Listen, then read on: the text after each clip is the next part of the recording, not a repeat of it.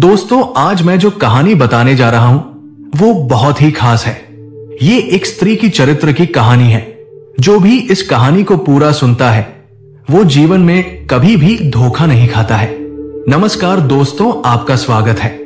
बहुत समय पहले की बात है। एक छोटे से राज्य में प्रताप सिंह नामक राजा का शासन था। उनके 7 रानियां थी। राजा अपने 7 रानियां पर बहुत अधिक प्रेम और विश्वास करता था। राजा प्रताप सिंह अपनी न्यायप्रियता और नीतियों के लिए प्रसिद्ध थे। उनके शासन में प्रजा सुखी और संतुष्ट थी। राजा का एकमात्र पुत्र था राजकुमार आदित्य। वो साहसी, विद्वान और कुशल योद्धा था। आदित्य बचपन से ही शास्त्र और शस्त्र की शिक्षा में निपुण थे। जब आदित्य 14 वर्ष के हुए तो राजदरबार में उनके विवाह की चर्चा होने लगी। मंत्रियों और सलाहकारों ने राजा से कहा कि यह उचित समय है कि राजकुमार का विवाह करवा दिया जाए ताकि वो अपनी जिम्मेदारियों को समझ सके। राजा ने इस प्रस्ताव को स्वीकार कर लिया और एक सुंदर और गुणवान कन्या कावेरी को अपनी पुत्रवधू के रूप में चुना। कावेरी एक विद्वान पंडित की बेटी थी जो सुंदर, बुद्धिमान और करुणामयी थी। विवाह का आयोजन भव्य तरीके से किया गया। राज्य भर में उत्सव का माहौल था। विवाह के बाद आदित्य ने कावेरी से कहा, मैं तुम्हारे साथ समय बिताना चाहता हूं, लेकिन मुझे अपनी शिक्षा पूरी करनी है। कावेरी ने यह सुनकर धैर्यपूर्वक कहा, महाराज, आपकी शिक्षा और कर्तव्य पहले है। मैं यहां आपकी प्रतीक्षा करूंगी। राजकुमार अपनी शिक्षा के लिए गुरुकुल जाने लगे।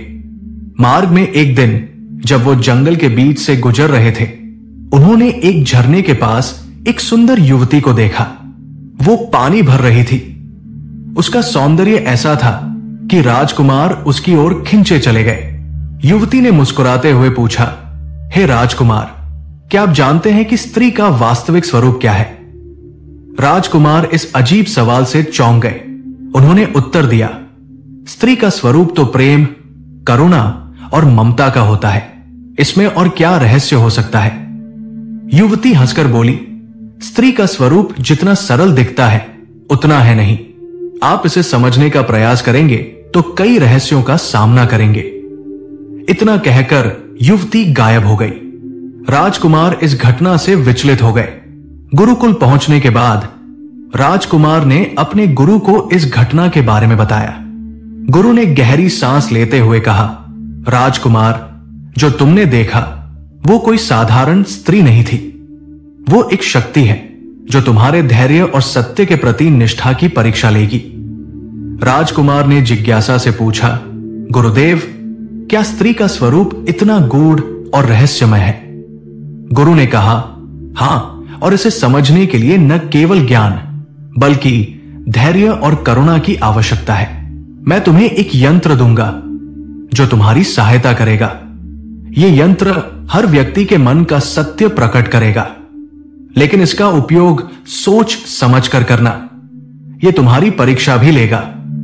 गुरु ने राजकुमार को एक छोटा दर्पण दिया। राजकुमार ने इसे लेकर प्रण किया कि वो इसका उपयोग केवल सत्य जानने के लिए करेंगे। राजकुमार ने जंगल में लौटकर फिर से उस झरने के पास युवती को देखा। उन्होंने दर्पण का उपयोग किया और पाया कि वो साधारण पनिहारिन नहीं बल्कि एक रानी थी जिसने अपने पति को छल से मार दिया था। यह सच जानने के बाद राजकुमार का मन विचलित हो गया। उन्होंने सोचा कि यह यंत्र उन्हें बड़ी जिम्मेदारी देता है। जब राजकुमार महल लौटे तो उन्होंने महसूस किया कि कुछ सही नहीं है। उनकी 7 रानियां एक अजीब व्यवहार कर रही थी। वे आपस में कुछ छुपा रही थी और राजकुमार से दूरी बना रही थी। राजकुमार ने यंत्र का उपयोग किया और पाया कि रानियां एक साधु के पास जा रही थी। साधु ने उन्हें एक जादुई कील दी थी जिससे वे राजा को समाप्त कर सकती थी। राजकुमार ने पिता को इस षड्यंत्र के बारे में आगाह किया, लेकिन राजा को विश्वास नहीं हुआ। एक रात 7 रानियों ने साधु के कहने पर राजा को मारने की योजना बनाई। जब राजा सो रहे थे तब 7 रानियां मिलकर राजा पर साधु के दिए किल से वार किया और राजा घायल हो गए। राजा को जब चोट पहुंची तो उन्होंने अपने गुरु के पास जाकर क्षमा मांगी। गुरु ने कहा, तुम्हारे कर्मों का परिणाम अब तुम्हें भुगतना होगा। तुमने अतीत में जो गलतियां की हैं, उनका प्रायश्चित इसी रूप में होगा। अब तुम्हें तोते के रूप में एक नई यात्रा करनी होगी। तोते के रूप में राजा जंगल में रहने लगे। उन्होंने कई सच देखे और सुने जो मानव जीवन में उनसे छुपे रहे थे। एक दिन एक गरीब लड़की ने घायल तोते को देखा और उसकी सेवा की। उसने तोते को भोजन दिया और उसके घावों को ठीक किया। लड़की की निस्वार्थता और प्रेम ने राजा का श्राप तोड़ दिया। वो फिर से मानव रूप में लौट आए। राजा ने महल लौटकर सब सच उजागर किया। उन्होंने रानियों और साधु को दंड दिया और गरीब लड़की को रानी बनाया। राजा ने अपने अनुभव से सीखा कि सत्य और प्रेम ही जीवन की सबसे बड़ी शक्तियां हैं। उनके राज्य में फिर से शांति और समृद्धि आ गई।